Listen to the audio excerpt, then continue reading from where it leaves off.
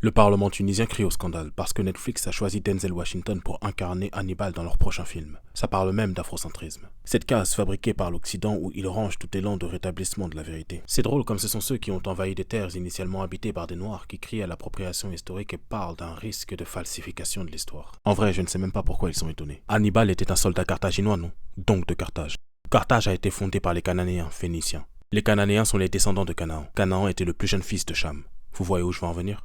La malédiction de Cham. Ce sont les musulmans qui, les premiers, se sont servis de cette invention criminelle afin de légitimer l'esclavage des Noirs et le pillage en indiquant que les Noirs descendaient directement de Cham. Donc pendant des siècles, sur la base de cette soi-disant malédiction, ils ont fatigué le peuple noir, descendant de Canaan. Ok. Aujourd'hui, on vous dit que les Cananéens étaient noirs.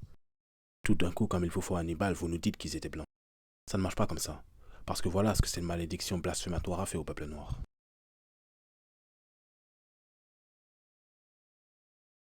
Mais passons aux preuves. Carthage a été fondée par un peuple originaire d'Asie de l'Ouest, appelé Cananéens ou encore Phéniciens. Ce qu'enseignent ces deux historiens archéologues français dans leur ouvrage.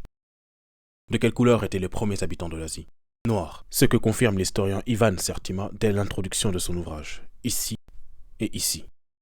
Même population noire autochtone pour l'Arabie. Rappelle la célèbre société asiatique dans leur livre du XVIIIe siècle, page 356 entre autres.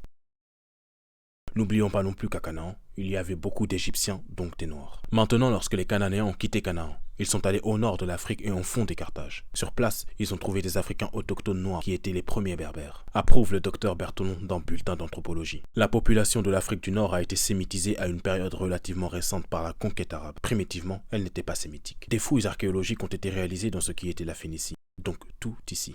Plusieurs crânes humains ont été retrouvés, et il s'agit pour la plupart des crânes dont la forme est dolichocéphale.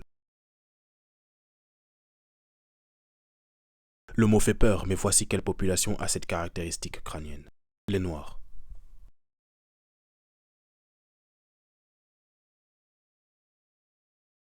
Autant de crânes noirs retrouvés en Arménie, Syrie, Palestine, Mésopotamie, Iran, etc. Les Cananéens qui ont fondé et vivaient à Carthage étaient noirs. Les chercheurs Feltingzina et Pierre Miros Chedji apportent également leurs preuves archéologiques dans cette revue.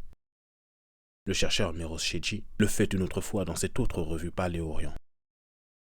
Donc, comme on l'a compris, les Carthaginois qui étaient des Cananéens, Phéniciens, étaient noirs. Ce qui nous donne la couleur de peau d'Hannibal, le Carthaginois. L'histoire avec Hannibal est que les Grecs ont déclaré la guerre à Carthage.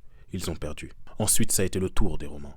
Mais Hannibal, cet excellent stratège, a tellement fait qu'il a fallu vaincre l'Empire romain par ses techniques militaires impressionnantes et naturelles. Tout ça sur le dos d'éléphants. Vous avez déjà vu, excusez-moi du terme, un blanc monter sur un éléphant et dire qu'il s'en va comme ça à la guerre?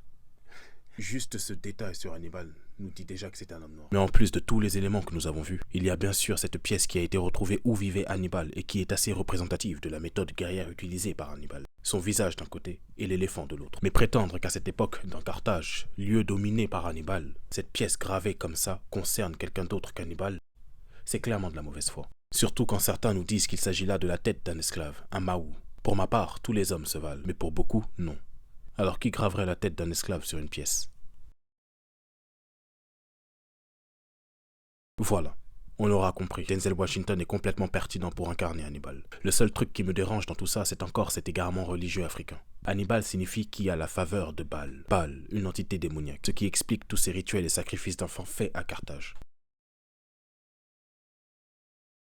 Quand est-ce que le peuple noir comprendra enfin que le Créateur ne peut pas demander la mort de ses créations pour je ne sais quelle aide, culture ou bénédiction? Le Créateur de la vie ne se satisfait pas de la mort, d'aucune mort. Des entités se font passer pour le Créateur et ce sont elles qui réclament ces vies, car l'énergie négative que dégagent la souffrance et la mort en grand nombre, ajoutée à des prières ritualistes, donc des transferts d'énergie, les nourrit et les renforce. Mais bon, c'est un autre sujet. À bientôt pour d'autres révélations.